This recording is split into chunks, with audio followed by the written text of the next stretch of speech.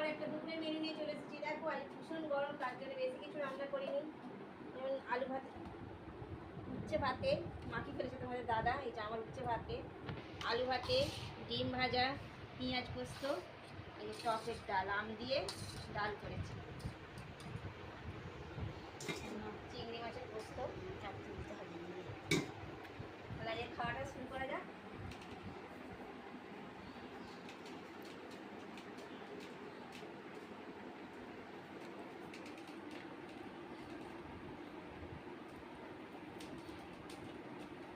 কেমন ভোট দিলাম? আমরা তো ভালোই ভোট দিলাম।